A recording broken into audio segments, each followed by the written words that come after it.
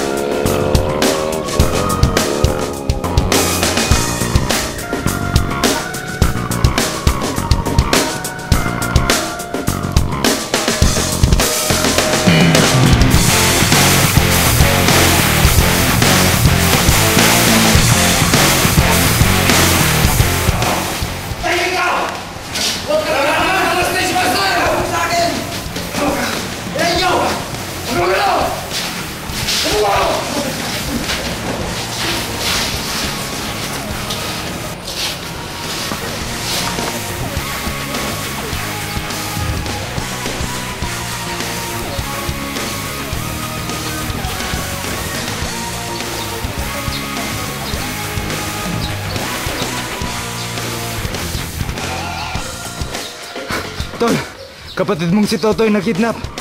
Ha? Si Totoy nakidnap? Oo.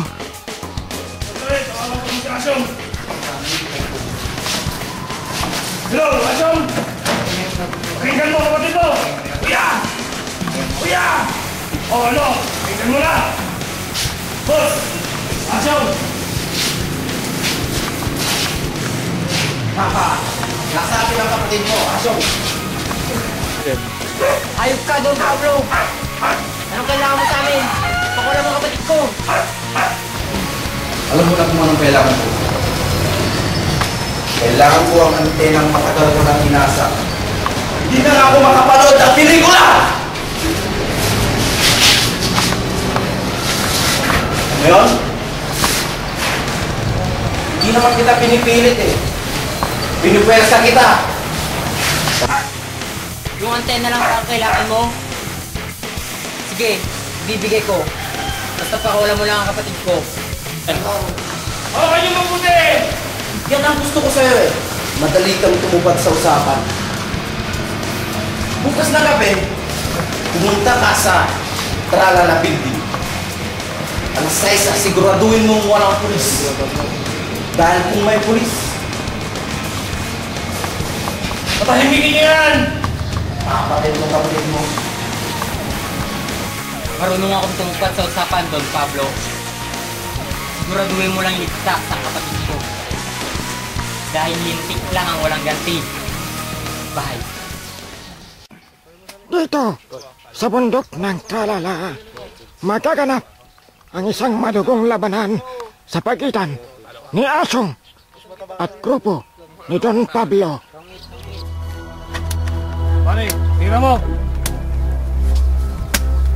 Sige nga, natutulog ako. Akin yan, pre! Tol, dinadaya mo naman kami. Parsito!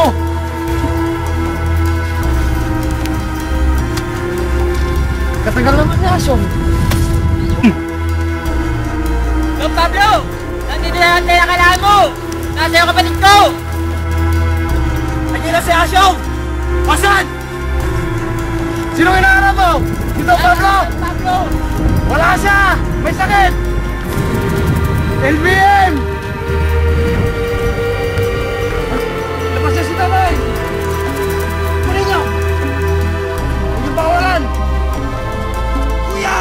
Asan ang antena? Nandito yung antena mo!